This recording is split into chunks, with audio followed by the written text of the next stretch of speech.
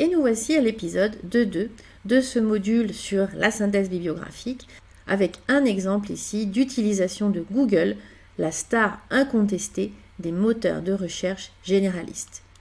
Alors pourquoi utiliser Google ? Eh bien c'est vrai que en tant qu'étudiant, on doit vous rabâcher les oreilles tout le temps et vous dire de faire attention à Google, que l'information n'est pas du tout triée, qu'elle laisse à désirer, etc. et qu'il faut aller sur des sites spécialisés tout de suite. Alors je ne partage pas entièrement ce point de vue. Je pense que lorsque l'on démarre sur un nouveau sujet qu'on ne maîtrise pas du tout, je trouve que passer d'abord par la case Google, c'est pas un mauvais investissement. Ça va vous permettre en fait de rentrer dans votre sujet. Vous allez pouvoir regarder des sites en français, pouvoir comprendre les problématiques qu'il y a autour de votre sujet. Tout ça, c'est beaucoup plus facile en français et je trouve que ça vaut la peine de commencer un petit peu par ça. Alors, quand même quelques mots sur Google. C'est le premier moteur de recherche mondial. Google s'est donné comme mission d'organiser l'information à l'échelle mondiale et de la rendre universellement accessible et utile. Google fait partie des GAFA, c'est-à-dire les grands géants mondiaux actuels, Google, Apple, Facebook et Amazon. Alors, comment utiliser Google ? Eh bien, vous le savez tous, lorsque l'on va sur Google, on arrive sur une invite ici qui nous propose de rentrer des mots-clés ou une adresse web et ainsi de pouvoir accéder à l'information. Donc, ce qui est important, c'est de mettre les bons mots-clés. Donc, je vous invite à réfléchir d'abord à quels sont les mots-clés les plus pertinents pour votre sujet. Par exemple, si je m'intéresse au rôle de l'exposition à la pollution atmosphérique pendant la grossesse et l'impact sur la santé, eh bien, je vais taper dans Google pollution atmosphérique, et vous avez vu, j'ai mis l'accent, et grossesse. Je peux aussi taper pollution atmosphérique sans l'accent et grossesse. Je peux aussi taper pollution de l'air ou bien femme enceinte. Voilà, vous pouvez varier. Je vous invite vraiment à varier les mots-clés pour voir un petit peu ce qu'il en est. Alors, quand vous allez taper dans vos mots-clés, vous allez arriver sur une liste de sites. Et la difficulté, là, ça va être de faire le tri. Alors, je vous invite à regarder préférentiellement les sites institutionnels. Ce sont des sites en général universitaires ou bien des laboratoires de recherche publics. Attention, vous avez également des sites très jolis qui sont faits par des laboratoires de recherche, mais cette fois-ci privés. Donc, dans un premier temps, je vous invite à regarder ces sites officiels. Ensuite, vous pouvez également aller sur des grandes associations reconnues d'utilité publique qui n'ont pas d'objectif financier dans leur communication sur Google. Donc vous pouvez également regarder ces grandes associations, notamment je pense dans le milieu médical, toutes les associations de patients, les associations de malades sont extrêmement riches en informations, des informations plutôt grand public qui vont vous permettre justement de vous familiariser avec les termes et de rentrer dans votre sujet. Alors je vous ai déjà parlé dans l'épisode 2.1 du HON Code, Health on Net Code, qui est intéressante pour les professionnels de santé, mais également pour les étudiants qui ainsi ont un label de qualité. Ça peut également vous guider. Alors, je vais tout de suite vous montrer par une petite démonstration quels sont les sites que je consulterai pour un sujet tel que pollution atmosphérique et grossesse. Alors, me voici sur Google. Voilà, alors j'arrive donc sur cette page. Alors, qu'est-ce que j'ai en premier ? Ici, j'ai quelque chose qui s'appelle « Pourquoi docteur ?» C'est vraisemblablement un site, on va dire grand public, mais je ne vais pas aller sur ces sites-là. Je ne vais pas sur Doctissimo. Sur Le Figaro, je ne vais pas non plus. JLE.com, je ne sais pas ce que c'est. Je vais d'abord aller sur des sites de grand public. Donc, vous voyez tout ça, Santé Magazine, Futura Science. Voilà. Ah, ici, je vois INSERM. eh bien, je cliquerai pour avoir des informations sur ce site. Parents, non. Je continue. 20 minutes, non. Air et santé, c'est un blog, non. Sciences et avenir, R1,5, passeport santé, la Croix. Ah, là, j'ai un site du CNRS, donc c'est un site institutionnel. Je peux faire confiance à ce site. RTL, non. ANR, alors ANR, c'est pas mal, c'est l'Agence nationale de la recherche qui vraisemblablement présente ici un projet de recherche sur pollution de l'air et grossesse. C'est pas forcément, bon, ça, je peux regarder, mais c'est un projet de recherche. Ça, alors c'est intéressant de regarder les projets de recherche parce que ça vous montre un peu quelles sont les problématiques actuelles. Voilà, mais sinon, j'irai pas forcément en première intention sur ce site, même s'il est officiel.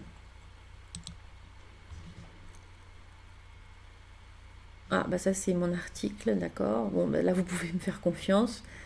Les sites du gouvernement, voilà, là j'irai.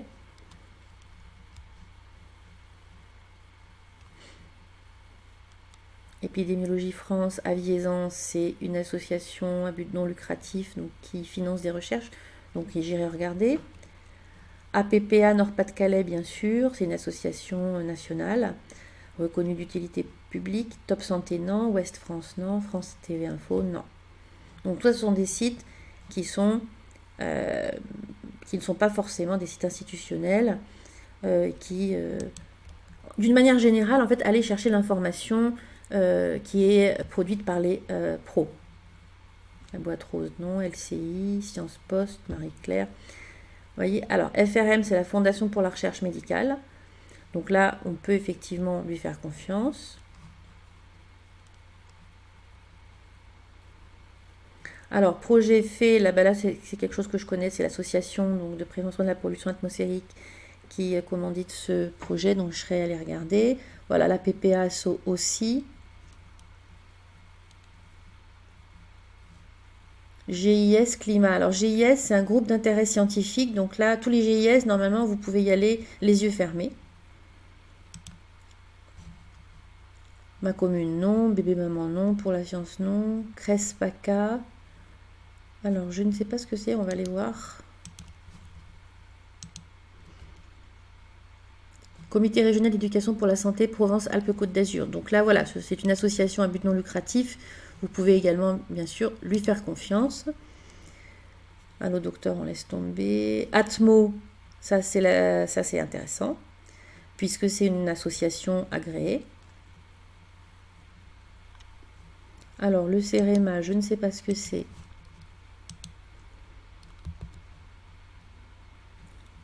Donc c'est un PDF, c'est un projet de recherche, donc je pense que c'est un chercheur qui fait ça, donc c'est bien. Après, c'est pas forcément un projet de recherche qui va vous intéresser directement. Ça dépend un peu des objectifs de votre mémoire. Ouais, tout ça, je vais passer, je vais aller jusqu'à 10, puis après j'arrête. Je pense que vous avez compris un peu la...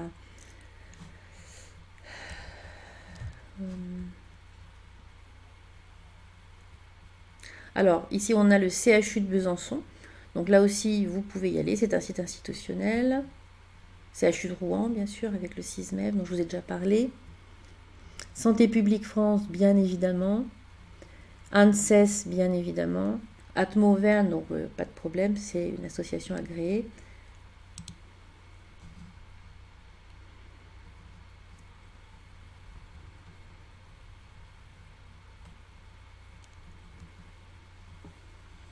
Alors, si je regarde celui-là,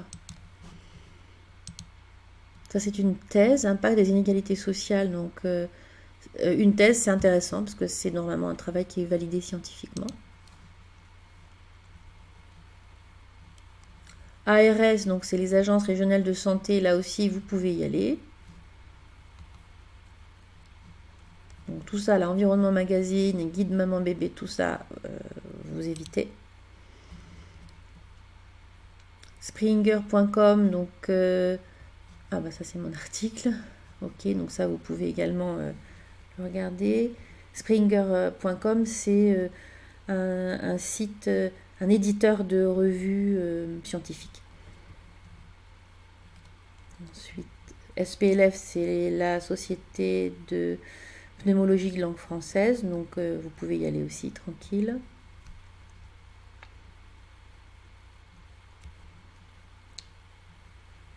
Tout ce qui est thèse, vous pouvez y aller aussi. Allez, la dernière. Donc là, c'est une association, vous pouvez y aller.